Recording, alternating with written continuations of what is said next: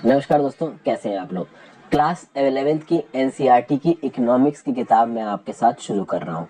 ये unit number 1 है। Title है developmental policies and experience 1947 to 1990। यहाँ पे हम लोग क्या चीजें देखने वाले हैं, तो शुरुआत के 2 चैप्टर्स इस पर्टिकुलर किताब के हमको क्या आइडिया देंगे। तो भाई हमारा देश जब आजाद हुआ और आजादी से लेके 4 डेकेड्स तक क्या हुआ, उस समय पे इंडियन इकोनॉमी का क्या स्टेट था, इंडियन इकोनॉमी की क्या हालत थी, इंडियन इकोनॉमी को सुधारने के लिए सरकार किस हिसाब से प्लान डेवलपमेंट लेके आई, प्लानिंग कमीशन ने क्या क्या किया, 5 ईयर प्लान्स ने क्या रोल प्ले किया, 5 ईयर प्लान्स अच्छे थे बुरे थे, जो भी प्लान डेवलपमेंट हुआ वो सही तरीके से हुआ गलत तरीके से हुआ, इन सब चीजों के बारे में बात की जाएगी। इस चैप्टर में हम ये समझेंगे state of the Indian economy क्या थी 1947 में जब हमारा देश आजाद होगा, और ऐसा क्या किया कॉलोनियल टाइम्स ने या उससे पहले के समय में जिसके चलते इंडियन इकोनॉमी इतना ज्यादा अंडर डेवलप्ड और इतनी ज्यादा स्टैग्नेटेड थी जब हमको आजादी मिली। यहाँ पे एक कथन के साथ शुरुआत हो रही है। ये कथन है विक्टर अलेक्जेंडर व्रूस का। ये वॉइसरॉय थे ब्रिटिश इंडिया के 1894 में।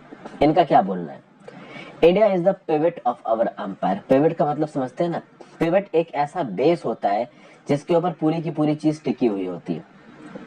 अगर पिवट टूट गया तो एक मेन बेस, एक मेन सपोर्ट बेस टूट जाएगा एक पर्टिकुलर चीज का। तो ब्रिटिश अंपायर का मेन बेस बताया जा रहा है यहाँ पे इंडिया को। तो ब्रिटिश अंपायर अगर अपना कोई भी प्राइज्ड कॉलोनियल पोजीशन खोता है तो अंपायर किसी तरीके से लॉस को बेयर कर लेगा, लेकिन अगर वो इंडिया को खो देते हैं तो उनका son of their umpire will have सट, मतलब इंडिया उनका सबसे ज्यादा प्राइज्ड पोजीशन था।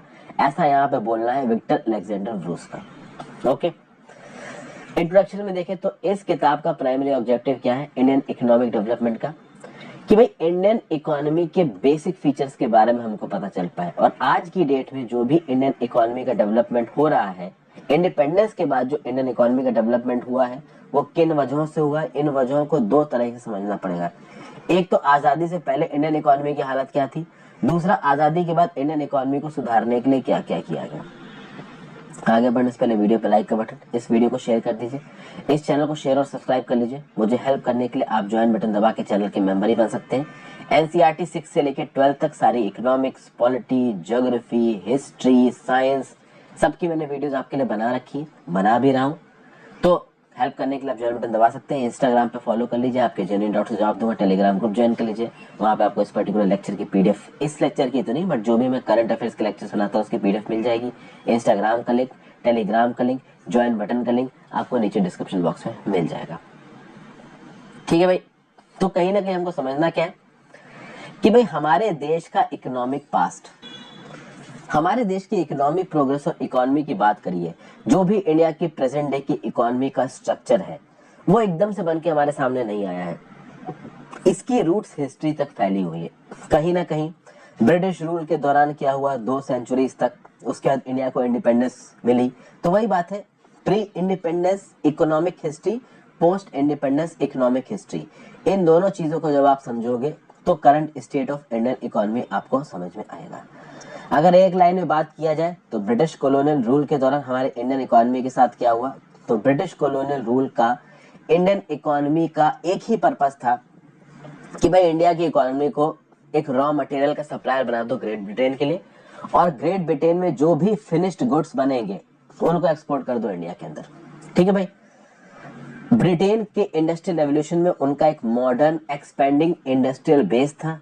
उस बेस के लिए रॉ मटेरियल्स की जरूरत थी, तो रॉ मटेरियल्स भर भर के इंडिया से बाहर जाते थे। तो कोयले की बात कर लीजिए, चाहे आप इसकी बात कर लीजिए, कॉटन, रॉ कॉटन की बात कर लीजिए, तो इस प्रकार के जो रॉ मटेरियल वाले प्रोडक्ट्स थे वो इंडिया से बहुत एक्सपोर्ट होते थे। वो ब्रिटेन की इंडस्ट्रियल रेवोल्यूशन की इंडस्ट्रीज में इस्तेमाल होते थे, उससे फिनिश प्रोडक्ट्स बनते थे और वो फिनिश प्रोडक्ट्स खुलेआम इंडिया के मार्केट्स में आके बेचते थे। ये साफ साफ एक्सप्लॉयटेटिव नेचर था। तो हमारे देश के रॉ मटेरियल्स को देश के बाहर लेके जाओ, अपने देश में उसमें वैल्यू एडिशन करो, सस्ते में चीजें बनाओ, उनको इंडियन मार्केट्स में आके फीड करो और उससे पैसा कमाओ, और बदले में इंडिया की इंडस्ट्री को तुम डेवलप मत होने दो। तो तुम पहली बात तो इंडिया की ट्रेडिशनल इकोनॉमी को अंदर से तोड़ दो और उस इकोनॉमी को अपने बेनिफिट के लिए इस्तेमाल करो। ये किया है किसने, हमारे ऊपर राज करके ब्रिटिशर्स ने। समझ गए भाई, कहीं ना कहीं आजादी के बाद इस चीज को तोड़ के ब्रिटिश इकोनॉमी आगे आई है। लेकिन बात यह है कि इकोनॉमी को डेवलप करने में समय लगता है।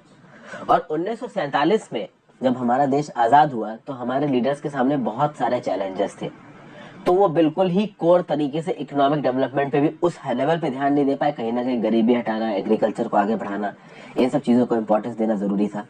तो इकोनॉमिक ग्रोथ जितनी तेजी से होनी चाहिए थी वो उतनी तेजी से नहीं हुई। बट ऐसा भी नहीं है कि कुछ नहीं हुआ, इसको हम लोग नेक्स्ट चैप्टर में समझेंगे। अब यहाँ पे समझते हैं low level of economic development under the colonial rule. ठीक है भाई, ब्रिटिश रूल से आने से पहले हमारी इकोनॉमी इंडिपेंडेंट तरीके से काम करती थी। पहले ही देश बहुत सारे अलग अलग रजवाड़ों में बटा हुआ था।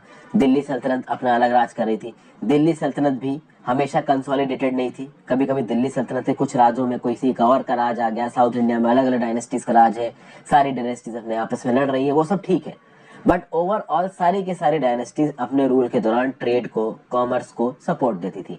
तो इकोनॉमिक फील्ड में कंसोलिडेटेड तरीके से जो इंडिया था ना, वो आगे बढ़ रहा था।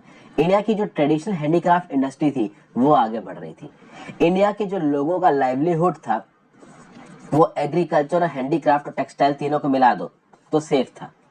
क्योंकि एग्रीकल्चर के फील्ड में कहीं ना कहीं किसानों को सबने परेशान किया है। लेकिन जो पुराने राजे रजवाड़े थे, चाहे दिल्ली सल्तनत के सुल्तान ले लो, चाहे गुर्जर प्रतिहाराज ले लो, पाला ले लो, गुप्ता ले लो, जितने भी किंगडम थे, इन्होंने कहीं ना कहीं शोषण किया है किसानों का। बट किसान किसी भी समय पे इतना परेशान नहीं हुए जितना वो अंग्रेजों के समय पे परेशान हो गए। समझ गए? प्लस ट्रेड एंड कॉमर्स को इन इंडिया के राजाओं ने आगे बढ़ाने की कोशिश की, जिसके चलते इकोनॉमी सफर नहीं होती थी। हमारी हैंडीक्राफ्ट इंडस्ट्री ये सब कभी खत्म नहीं हुई। जो राजे रजवाड़े भी थे वो उल्टी सीधी चीजों में अय्याशियां करते थे, लेकिन वो पैसा इंडिया के अंदर उड़ाते थे। अंग्रेज तो पैसा उठा के इंडिया के बाहर ले गए। अगर आप देखो तो एग्रीकल्चर के साथ साथ कहीं ना कहीं इंडिया में एक हैंडीक्राफ्ट इंडस्ट्री, जिसको आप टेक्सटाइल इंडस्ट्री बोल सकते हो। बेसिकली देखिए, उस समय की टेक्सटाइल इंडस्ट्री को इस तरीके से मत पकड़िए कि ब्रिटिशर्स के समय पे इंडस्ट्रीज डेवलप हो रही थी, लेकिन ब्रिटिशर्स से पहले की अगर आप बात करो तो उस समय पे तो टेक्सटाइल इंडस्ट्री मतलब हाथ से सारा काम होता था, सिलाई बुनाई कढ़ाई का। ठीक है ना भाई? तो ब्रिटिशर्स से आने के पहले कंट्री में एग्रीकल्चर था प्लस हैंडीक्राफ्ट इंडस्ट्री थी। हमारे यहाँ के जो ट्रेडिशनल कारीगर थे वो अपने हाथों से ऐसे जबरदस्त कपड़े, ऐसे जबरदस्त डिजाइनर पेंटिंग, ठीक है, डिजाइनर किस्म के शॉल, ये सब बनाया करते थे, जिनकी दुनिया भर में डिमांड थी। तो कॉटन और सिल्क टेक्सटाइल में, मेटल, प्रीशियस स्टोन वर्क्स में हमारे जो कारीगर थे हिंदुस्तान के, वो भाई जबरदस्त थे, नो डाउट। और ये लोग जो कुछ भी बनाते थे उसके दुनिया भर के मार्केट में जबरदस्त डिमांड थी, जबरदस्त रेपुटेशन थी। जिस प्रकार का मटेरियल इस्तेमाल होता था, जिस प्रकार की क्राफ्ट्समैनशिप दिखाई जाती थी, जबरदस्त। आप देखिए ढाका साइड, बंगाल साइड के तो जो मुस्लिम वीवर्स थे भाई जबरदस्त थे। यहाँ पे आप देखिए textile industry in Bengal. Muslin is a type of cotton textile which has its origin in Bengal. आज की डेट में जो ढाका है, जो कि बांग्लादेश की कैपिटल, उस समय पे इसको बोला था ढाका। ढाका का मुस्लिम दुनिया भर में फेमस था और सब जानते थे कि ये इंडिया से आता है। सबको पता था कि ये इंडिया से आता है, एक प्रकार का कॉटन टेक्सटाइल है और दुनिया भर में इसको जाना जाता था। भाई इंग्लैंड में और यूरोप में तो एडवांस बुकिंग करके रखी जाती थी। इसको मलमल बोला जाता था। मलमल शाही, मलमल खास, रॉयल्टी इसे पहना करती थी ऐसा मानते थे। और कहीं ना कहीं ब्रिटेन में फेमस था, ब्रिटेन और यूरोपियन मार्केट्स में, कि इंडिया में इस प्रकार की चीजों को वहां के राजे रजवाड़े पहनते हैं तो ये भी हम लोग पहन रहे हैं, मतलब हम राजाओं वाली चीज पहन रहे हैं। तो स्टेटस सिंबल हुआ करती थी उस टाइम पे ये चीजें। ओके, अब अगर आप बात करो जिस तरीके की इकोनॉमिक पॉलिसी को परस्यू किया कॉलोनियल गवर्नमेंट ने इंडिया में, इनका क्या मतलब था कि ये ब्रिटेन के इकोनॉमिक इंटरेस्ट को प्रोटेक्ट करना चाहते थे, उनको प्रमोट करना चाहते थे। उनको इंडियन इकोनॉमी के डेवलपमेंट से कोई भी लेना देना नहीं था। इसलिए इन्होंने फंडामेंटल तरीके से इंडियन इकोनॉमी को तोड़ने की कोशिश की। इनका एक वेल सेटल्ड प्लान था जिनको इन्होंने प्रॉपर तरीके से इम्प्लीमेंट किया। इनका क्या था कि इंडिया को ट्रांसफॉर्म कर दो into a supplier of raw material, मतलब इंडिया केवल एक ऐसी कंट्री बन के रह जाए जो कि ब्रिटेन को रॉ मटेरियल सप्लाई करेगी। इस रॉ मटेरियल को अपनी इंडस्ट्रियल रेवोल्यूशन वाली मशीन में घुसेड़ के ब्रिटेन यूजेबल चीप कपड़ों में बदल देंगे और फिर ये चीप कपड़े ब्रिटेन की शिपों पर लद के इंडिया पहुंचेंगे और इंडिया में लोग इनको खरीदेंगे। और इंडिया की जो ट्रेडिशनल टेक्सटाइल इंडस्ट्री इतने लंबे समय से सक्सेसफुल थी, जो कि दुनिया भर को कपड़े प्रोवाइड करती थी, वो अब अपने देश के लोगों को ही कपड़े प्रोवाइड करने लायक नहीं रहेगी। इस हिसाब से बना दिया। अगर आप बात करो कॉलोनियल गवर्नमेंट के दौरान कभी भी इंडिया की नेशनल इनकम को या पर कैपिटा इनकम को कैलकुलेट करने की कोशिश नहीं की गई। उसका रीजन ये था क्योंकि पूरे इंडिया में अगर आप देखो ना, जो सरकारें थी वो अलग अलग तरीके से काम करती। सबसे खास बात दोस्तों ये थी कि कॉलोनियल गवर्नमेंट इंडियन इंटरेस्ट से ज्यादा डील करते नहीं थे। आप कभी भी नेशनल इनकम को या किसी भी सोशल डेवलपमेंट इंडिकेटर्स को तब मेजर करोगे जब उनको मेजर करने के बाद आप लोगों की भलाई के लिए कुछ करना चाहो। जब आपके ऑब्जेक्टिव पे कभी लोगों की भलाई थी ही नहीं, आपका ऑब्जेक्टिव था बस पैसे चूसना, तो आप क्या ही नेशनल इनकम या पर कैपिटा इनकम को यहाँ पे कैलकुलेट करोगे। समझ गए। कुछ लोगों ने इंडिविजुअल बेसिस पे अटेम्प्ट किया इंडिया की इकोनॉमी के बारे में कुछ स्टैटिस्टिक्स जुटाने का। कुछ नोटेबल यहाँ पे इकोनॉमिस्ट और एस्टिमेटर्स हैं, जैसे Dadabhai Naoroji, the grand old man of India, William Digby, Findlay Shirras, VK RV Rao, उसके साथ साथ RC देसाई। तो ये सब कुछ ऐसे लोग थे जिन्होंने कॉलोनियल पीरियड के दौरान कुछ ना कुछ यहाँ पे कैलकुलेशंस करने की कोशिश की है। लेकिन अगर आप देखो ज्यादातर स्टडीज में क्या पता चला, countries growth of aggregate real output during first half of the 20th century was less than 2%। मतलब कि पहली half of the 20th century यानी कि 1900 से लेके 1950 तक का जो टाइम पीरियड था ना, इस टाइम पीरियड में जो रियल आउटपुट था कंट्री की GDP का वो 2% से भी कम था। और अगर पर कैपिटा आउटपुट की बात कर लीजिए तो वो आधे % से भी कम था। तो 1900 से लेके 1950 तक का जो हमने GDP का डाटा देखा और जो पर कैपिटा आउटपुट का डाटा देखा, ये तो बहुत ही बुरा है भाई। 50 सालों में 2% से कम बढ़ी है GDP और आधे % से कम की ग्रोथ हुई है पर कैपिटा आउटपुट में। मतलब आप समझ ही सकते हैं कि किस हिसाब का गंदा राज किया है यहाँ पे ब्रिटिशर्स ने हमारे ऊपर। अगर आप एग्रीकल्चर सेक्टर की बात करो तो भाई इंडिया की जो इकोनॉमी थी ब्रिटिश कॉलोनियल रूल के अंदर वो पूरी तरीके से एग्रेरियन थी। ब्रिटिशर्स चाहते तो वो मैन्युफैक्चरिंग सेक्टर में, कैपिटलिस्ट सेक्टर में हमारी इकोनॉमी को बढ़ा सकते थे, बट उन्होंने नहीं बढ़ाया। 85% ऑफ द कंट्रीज की जो आबादी थी वो विलेजेस में रहती थी और अपने लाइवलीहुड को विलेजेस से डायरेक्टली या इनडायरेक्टली डिराइव करती थी। ज्यादातर हमारे देश की जो आबादी थी वो किस पे डिपेंडेंट थी, वो भाई एग्रीकल्चर पे डिपेंडेंट थी। और एग्रीकल्चर सेक्टर में स्टैग्नेशन था तो कहीं ना कहीं एग्रीकल्चरल प्रोडक्टिविटी कम हो रही थी, तो भाई लोगों की कमाई कैसे बढ़ जाएगी। और खास बात यह कि ब्रिटिशर्स ने चीजों को अच्छी करने की कोशिश नहीं की। ब्रिटिशर्स को यह बात पता थी कि भाई इंडिया की ज्यादातर आबादी एग्रीकल्चर पे डिपेंडेंट है, तो अगर एग्रीकल्चर पे डिपेंडेंट है तो इस सेक्टर पे कुछ एक्स्ट्राऑर्डिनरी ध्यान देना चाहिए था। इसको स्टैग्नेशन से बचाना ब्रिटिशर्स की रिस्पॉन्सिबिलिटी थी, बट ऐसा ब्रिटिशर्स ने नहीं किया। ठीक है ना भाई। एग्रीकल्चर प्रोडक्टिविटी कम थी, उसके बाद भी एग्रीकल्चर प्रोडक्टिविटी को बढ़ाने की, एक्सपेंड करने की कोशिश नहीं की ब्रिटिशर्स ने। ठीक है ना भाई। ओवरऑल आप देखो तो एग्रीकल्चरल प्रोडक्शन जरूर बढ़ा और उसकी वजह यह थी कि बहुत सारे जंगल काट के वहां पे फसलें पैदा होने लगी। देखिए ब्रिटिशर्स का सिंपल सीन था, पैसा ज्यादा चाहिए, तो पैसा ज्यादा कैसे लाओगे, तो ब्रिटिशर्स को देखा कि ये फॉरेस्ट है, तो फॉरेस्ट को काट के जो भी लकड़ी आ रही है उसको रेलवे वगैरह बनाने में इस्तेमाल कर लो, उस लकड़ी को यूरोप के मार्केट्स में एक्सपोर्ट कर दो और जो जगह बची वो किसानों को लोकेट कर दो और बोलो तुम यहाँ पे खेती करो। उस खेती से पैदावार होगी और ब्रिटिशर्स को क्या मिलेगा, टैक्स मिलेगा। और जो भी गेहूं चावल पैदा हो रहा है वो तो यूरोपियन मार्केट्स में एक्सपोर्ट कर ही दिया जाएगा। तो इंडिया में लोग भूखे मर रहे हैं और यहाँ से गेहूं चावल शिपों में लद के बाहर के देशों में जा रहे हैं। तो इस हिसाब का यहाँ पे चक्कर था और इन सब चीजों को एक्सकार्बेट किया और ज्यादा एग्रेवेट कर दिया किसने, ब्रिटिशर्स द्वारा चलाई गई अलग अलग लैंड सेटलमेंट के सिस्टम्स ने। ठीक है ना भाई। तो परमानेंट सेटलमेंट का सिस्टम, रोतवारी, महलवारी, इन सब ने कहीं ना कहीं किसानों को लूटा है। इसमें एक जो सिस्टम था जो कि नॉर्मल कर किसी ना किसी फॉर्म में पूरे इंडिया में एग्जिस्ट करता था, वो था जमींदारी सिस्टम। जमींदारी सिस्टम शुरुआत में बंगाल प्रेसिडेंसी में आएगा। ऑब्वियस सी बात है, एक ऐसी प्रोविंस इंडिया की जो सबसे पहले पॉलिटिकली उनके कंट्रोल के अंदर आई वो थी बंगाल प्रोविंस। तो सबसे पहले जमींदारी सिस्टम बंगाल प्रोविंस में आया। बंगाल प्रेसिडेंसी कहनी चाहिए उस समय पे। बंगाल प्रेसिडेंसी में आज के ईस्टर्न स्टेट से, तो आज का प्रेजेंट डे बांग्लादेश, पूरा का पूरा वेस्ट बंगाल स्टेट, कुछ हद तक उड़ीसा, बिहार, ये सब उस समय की बंगाल प्रेसिडेंसी में आता था। यहाँ पे जमींदार आए तो ब्रिटिशर्स ने क्या किया कि इन जमींदारों को एक बड़ा सा इलाका दे दिया और ब्रिटिशर्स ने इन जमींदारों को एक टाइम फ्रेम दिया कि इतने समय के अंदर तो मुझे इतना पैसा लाके दोगे, और जमींदारों से बोला कि इससे ज्यादा तो जितना पैसा इकट्ठा कर लोगे वो तुम्हारा। अब जमींदार यहाँ पे दो चीजों में बंध गए।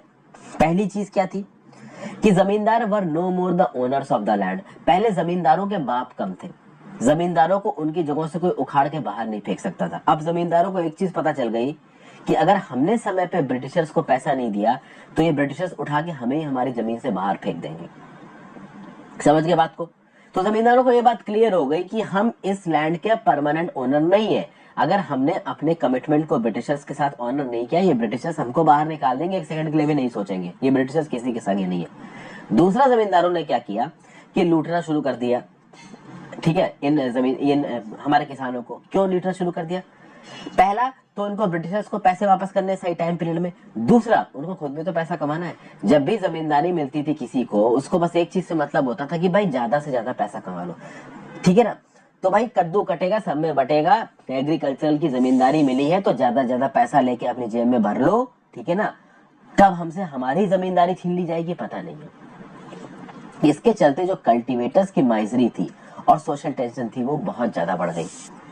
और जैसा कि मैंने आपको पहले बताया कि जो रेवेन्यू सेटलमेंट के टर्म्स थे, ये जमींदारों के ऊपर ही चढ़ के बैठे थे अंग्रेज।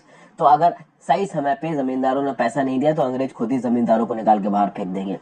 और इन सब के ऊपर जिस लेवल की टेक्नोलॉजी थी, जिस लेवल की इरिगेशन फैसिलिटी थी, फर्टिलाइजर का कोई प्रयोग था नहीं, तो फार्म प्रोडक्टिविटी में कुछ भी नहीं किया जा रहा था, एग्रीकल्चर प्रोडक्टिविटी को बढ़ाने के लिए कुछ भी नहीं किया जा रहा था। तो अगर आप खेत में कुछ डालोगे नहीं तो फसल कहाँ से आएगी, सीधी बात ये थी। उसके बाद भाई फार्मर्स की हालत इसलिए भी खराब होने लगी क्योंकि कॉमर्शलाइजेशन होने लगा एग्रीकल्चर का। क्या होता है कि जब आप गेहूं चावल की खेती करते हो तो थोड़ा बहुत गेहूं चावल उठा के आप साइड रख लोगे तो कम से कम आगे आने वाले 3-4 महीने आपका खाना पीना तो निकल जाएगा। अरे भाई चावल ही उबाल के खा लोगे थोड़ा नमक डाल के तो पेट भर जाएगा। लेकिन हुआ क्या कि अंग्रेजों ने कॉमर्शियल क्रॉप्स की खेती शुरू करवा दी, तो इंडिगो की खेती शुरू हो गई, दूसरे कॉमर्शियल क्रॉप्स की खेती शुरू हो गई। कॉमर्शियल क्रॉप्स में प्रॉब्लम यह है कि वो गेहूं चावल नहीं जो आप खा लोगे, इंडिगो की खेती में आप इंडिगो खा नहीं सकते हो, that is not a food crop. तो जब आप कॉमर्शियलाइजेशन करने लगोगे एग्रीकल्चर का, तो एक तो पहली बात कैश क्रॉप्स उगाओगे। कैश क्रॉप्स मतलब जिनको मार्केट में पैसों के लिए बेचा जा सके, वो फूड क्रॉप्स नहीं है। तो कैश क्रॉप से पहली बात तो जो लैंड की प्रोडक्टिविटी थी उस समय पे वो कम हो जाती थी। देखिए मॉडर्न मीन्स ऑफ एग्रीकल्चर तो एग्जिस्टेंट थे नहीं। दूसरा, वो कैश क्रॉप सीधे सीधे फार्मर्स कंज्यूम करके अपना पेट नहीं भर सकते। तीसरा, अंग्रेजों ने हर प्रकार के एक्सप्लॉयटेटिव मेथड को डिप्लॉय कर रखा है, तो फार्मर किसी भी हाल में पैसा तो कमा नहीं पाएगा। तो कुल मिला के फार्मर एंड में बिल्कुल ही भूखा नंगा रह जाता था, तो उसके पास कुछ भी नहीं बचता था। यहाँ पे agriculture during pre British India को एक्सप्लेन किया गया है। The French traveller Bernier described 17th century Bengal in the following. देखिए क्या बोल रहा है। The knowledge I have acquired of Bengal in 2 visits inclines me to believe that it is richer than Egypt। सुनिएगा फिर बताता हूँ। इन exports in abundance cotton and silk, rice, sugar and butter. It produces amply for its own consumption wheat, vegetables, grains, fowls, ducks and geese. It has immense herds of pigs and flocks of sheep and goats. Fish of every kind it has in profusion. From Raj Mahal to the sea, it is an endless number of canals cut in bygone ages from the Ganges by immense labor for navigation and irrigation. अब अगर आप इस account को पढ़ोगे तो इस account को आपको पता क्या चलेगा। इस अकाउंट से आपको ये पता चलेगा कि बर्नियर जिस नजरों से बंगाल को देख रहा है, बंगाल में बहुत समृद्धि है, बहुत पैसा है। बट क्या किसी भी हिस्टोरिकल रिकॉर्ड में आपको ये समृद्धि दिखती है? इस समृद्धि को चूस लिया अंग्रेजों ने। ये जो बंगाल को इजिप्ट से ज्यादा अमीर दिखाया जा रहा था ना, कि इतना कुछ खाने को पीने को एक्सपोर्ट करने को सब है, ये सब अंग्रेजों ने अपने इस्तेमाल के लिए यूज कर लिया। हमारे देश के लोगों के लिए कुछ छोड़ा ही नहीं। पूरा का पूरा एग्रीकल्चर सेक्टर स्टैग्नेट कर गया। हमारी हैंडीक्राफ्ट इंडस्ट्री बर्बाद हो गई ब्रिटिश प्रेशर के अंदर। कुछ भी नहीं छोड़ा इन ब्रिटिशर्स ने, ठीक है। तो कुल मिला के जो कॉमर्शियलाइजेशन ऑफ एग्रीकल्चर हुआ उससे फार्मर्स की इकोनॉमिक कंडीशन ठीक नहीं हुई। फार्मर्स फूड क्रॉप की बजाय कैश क्रॉप उगाने लगे और कैश क्रॉप को वो सीधे सीधे खा नहीं सकते थे। कैश क्रॉप से ब्रिटिश इंडस्ट्रीज उठा के घर वापस एक्सपोर्ट करने लगी। तो इंडिगो जैसे जो प्लांट थे, इंडिगो प्लांटिंग के बारे पहले मैंने एनसीईआरटी में डिटेल में कवर किया। अगर आप मेरी लाइन से एनसीईआरटी के लेक्चर्स देखते आ रहे होंगे तो आपने देखा होगा। तो इंडिगो फार्मिंग कहीं ना कहीं फार्मर्स को एक्सप्लॉइट करी थी। इंडिगो फार्मिंग में हो क्या रहा था कि Indigo was basically a cash crop, और कैश क्रॉप को बेसिकली यूरोपियन मार्केट्स में इस्तेमाल के लिए इस्तेमाल किया जाता था। इंडिगो एक प्रकार की डाई थी जो नीला कलर लाने में प्रयोग होती थी, ठीक है। उसको फार्मर्स डायरेक्टली खा नहीं सकते थे। इंडिगो की खेती मैंडेटरी कर दी थी अंग्रेजों ने, और उसके पैसे भी नहीं मिलते थे फार्मर्स को। तो फार्मर्स के पास अब खाने के लिए भी कुछ नहीं बचा। इरिगेशन में ज्यादा कुछ हुआ नहीं, ठीक है। किसी भी प्रकार का इन्वेस्टमेंट एग्रीकल्चर में कम था, तो टेरेसिंग में टेरेस्ट बनाना, वाटर को कंजर्व करने के लिए, सॉइल इरोजन को रोकने के लिए, फ्लड कंट्रोल के मैकेनिज्म बनाना, ड्रेनेज और डिसैलिनेशन की टेक्निक्स को इवॉल्व करना, इन सब में पैसा लगता है और इन सब चीजों में पैसा खत्म करने को अंग्रेज तैयार नहीं थे। ठीक है भाई, तो ये सब चीजें यहाँ पे बहुत सारी हो रही थी। अब देखिए, यहाँ पे बहुत छोटा सा ऐसा तबका था जो कहीं ना कहीं इस प्रोसेस में बेनिफिट कर रहा था, बट वो तबका बहुत छोटा था। वो तबका तब सक्सेसफुल होता था जब एक जमींदार, एक बहुत बड़ा लैंड ओनर खुद से इन्वेस्टमेंट कर रहा हो सारे। तो कुछ ऐसे लोग थे जिन्होंने कॉमर्शियल क्रॉप्स में इन्वेस्ट किया, क्रॉपिंग पैटर्न को बदला, अपने जमीन की प्रोडक्टिविटी को बढ़ाया, फर्टिलाइजर्स डाले, ठीक है, अच्छी तरीके से खिताई गुड़ाई करी। तो इन सब चीजों को जिन लोगों ने डिप्लॉय किया वो थोड़े बहुत जरूर यहाँ पे सक्सेसफुल हो पाए, ठीक है ना, बट बाकी तो यहाँ पे ज्यादातर लोग तो यहाँ पे बर्बादी थे। ठीक है, इंडस्ट्रियल सेक्टर की बात कर लेते हैं। जैसे एग्रीकल्चर की हालत खराब थी, मैन्युफैक्चरिंग की हालत भी खराब थी। एग्रीकल्चर की तो बहुत ही ज्यादा हालत खराब थी और वो एक्यूट तरीके से नजर आती थी। क्यों नजर आती थी? क्योंकि हमारे देश की मैक्सिमम जनता एग्रीकल्चर पे डिपेंडेंट थी। इंडिया एक साउंड इंडस्ट्रियल बेस को कॉलोनियल रूल के अंदर डेवलप नहीं कर पाया। कंट्री की जो फेमस हैंडीक्राफ्ट इंडस्ट्री थी वो डिक्लाइन हो रही थी। कोई मॉडर्न इंडस्ट्रियल बेस आगे आ नहीं पा रहा था। ओके, कहीं ना कहीं जो कॉलोनियल गवर्नमेंट थी वो इस प्रकार की इकोनॉमिक पॉलिसी हमारे देश में लेके आ रही थी कि देश पूरी तरीके से ब्रिटिशर्स के ऊपर डिपेंडेंट हो जाए। बस एग्रीकल्चर इंडिया में होने दे रहे थे, क्योंकि एग्रीकल्चर क्रॉप्स को सीधे ब्रिटेन वाले उठा के अपने आप एक्सपोर्ट कर देते थे जितनी भी जरूरत होती थी, और जो बच्चे कुछ बेकार वाली क्रॉप्स होती थी उनको इंडिया में छोड़ दिया जाता था इंडिया वालों के खाने के लिए। कुछ लोगों को तो खाना भी नहीं मिल पाता था। समझ गए? तो कुल मिला के डी इंडस्ट्रियलाइज किया है इंडिया को एक बड़े ही प्रॉपर तरीके से। किसने? इन अंग्रेजों ने। तो ये जो टू फोल्ड इंटेंशन था वो क्या था अंग्रेजों का? अभी बताया आपको कि भाई इंडिया बस एक रॉ मटेरियल का एक्सपोर्टर बन जाए, ताकि ये रॉ मटेरियल उन मॉडर्न इंडस्ट्रीज में इस्तेमाल किया जा सके जो कि ब्रिटेन में चल रही है। दूसरा, इंडिया एक स्प्रॉलिंग मार्केट की तरह काम आए इन अंग्रेजों की। तो इनकी मॉडर्न इंडस्ट्री में जो भी फिनिश प्रोडक्ट्स बन रहे हैं वो फिनिश प्रोडक्ट्स हमारे लोग खरीद के इस्तेमाल करें, ताकि जो भी प्रोडक्ट्स बनाए जा रहे हैं इस इंडस्ट्रियल रेवोल्यूशन में होम कंट्री ब्रिटेन में उनको कहीं ना कहीं तो बेचना है ना। इसके लिए हमारी इंडिजिनस हैंडीक्राफ्ट इंडस्ट्रीज तबाह कर दी गई। हमारी हैंडीक्राफ्ट इंडस्ट्रीज में जो भी टेक्सटाइल प्रोडक्ट्स बनाए जाते थे उनके ऊपर हेवी ड्यूटीज इंपोज की गई यूरोप के अंदर। कहीं ना कहीं इंडियन कंज्यूमर मार्केट को ब्रिटेन की गुड्स के ऊपर बना दिया और हमारे लोकली मेड गुड्स के मार्केट को ही खत्म कर दिया यहाँ पे इन्होंने। समझ गया बात को? फिर आगे देखिए, second half of the 19th century में आ जाते हैं। थोड़ी बहुत मॉडर्न इंडस्ट्री इंडिया में डेवलप होना शुरू हुई, थोड़े बहुत एंटरप्राइजिंग इंडियंस सामने आए, बट ज्यादातर ये जो एंटरप्राइजिंग इंडियंस थे वो कहीं ना कहीं ब्रिटिशर्स के भक्त थे या उनके चमचे थे, क्योंकि जो ब्रिटिशर्स के चमचे नहीं थे वो इस सिनारियो में सरवाइव नहीं कर पाते थे। और जो थोड़ी बहुत इंडिया की इंडस्ट्री खुली वो कॉटन और जूट टेक्सटाइल मिल्स के फॉर्म में थी। जो कॉटन टेक्सटाइल मिल्स खुली वो western parts of the country में खुली, तो महाराष्ट्र और गुजरात जैसी जगहों पे खुली। जो जूट मिल्स खुली वो बंगाल में खुली। और वैसे बहुत सारी ये कॉटन और जूट मिल्स को इंडिया के अंदर खोला गया, वो फॉरेनर्स ओन करते थे। ऐसा नहीं कि सारे के सारे इंडियंस ओन करते थे, बहुत सारी ऐसी मिल्स को फॉरेनर्स ओन करते थे, बट कहीं ना कहीं इंडियंस भी थे। फॉर एग्जाम्पल आप देखोगे 1907 में एक कंपनी बनी जिसका नाम था टेस्को, Tata iron and steel company. उसके बाद और कंट्रीज इंडस्ट्रीज बनना शुरू होंगी, शुगर के फील्ड में, सीमेंट के फील्ड में, पेपर के फील्ड में, सेकेंड वर्ल्ड वॉर के बाद।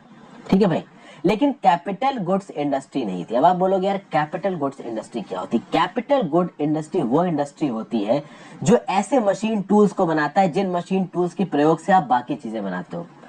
जब भी आप इकोनॉमिकली या इंडस्ट्रियली डेवलप करने की बात करते हो ना, उसमें जो सबसे इंपॉर्टेंट कंपोनेंट होता है वो होता है कैपिटल गुड्स। कैपिटल गुड्स वो इंटरमीडिएट मशीन टूल्स होते हैं, वो इंटरमीडिएट छोटी मोटी मशीन्स होती हैं जो कि बड़े मशीन्स को, फाइनल प्रोडक्ट्स को बनाने में मदद करती हैं।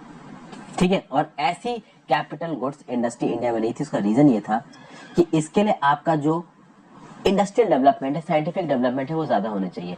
एक प्लान्ड तरीके से आपकी इकोनॉमी में इन्वेस्टमेंट करना चाहिए, और ये कौन कर सकता है? ये केवल सरकार कर सकती है। और हमारे देश की उस समय पे सरकार इंडिया के लिए काम नहीं कर रही थी, वो ब्रिटेन को उठाने के लिए काम कर रही थी।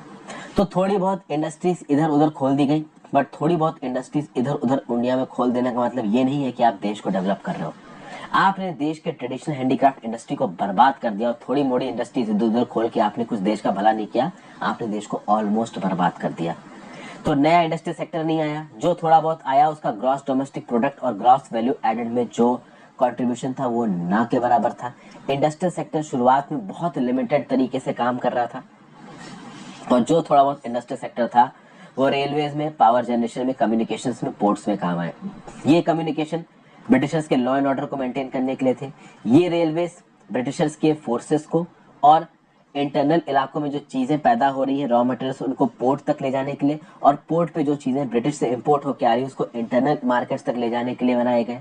तो कुल मिला के जितनी भी चीजें यहाँ पे बनाई जा रही थी ना अंग्रेजों के द्वारा, वो इसलिए बनाई जा रही थी ताकि उससे फाइनली ब्रिटिशर्स के ऑब्जेक्टिव को पूरा किया जा सके, ना कि इंडिया के लोगों के लिए कुछ किया जा सके। यहाँ पे मैं इस वीडियो को खत्म कर रहा हूँ। फॉरेन ट्रेड से हम लोग अगली वीडियो में शुरुआत करेंगे। Thank you for watching, have a great day.